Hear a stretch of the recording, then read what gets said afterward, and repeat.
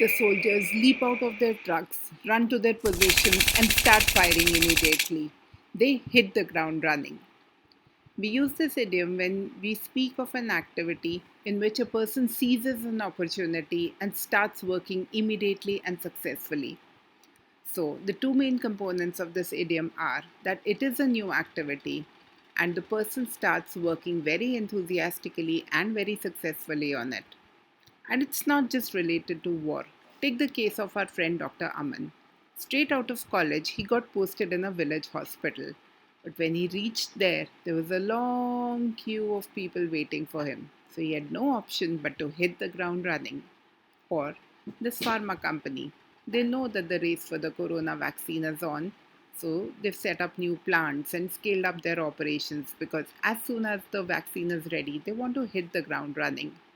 Or this college, which is very proud of its internships and says that it prepares the students so well that they can hit the ground running as soon as they finish the course.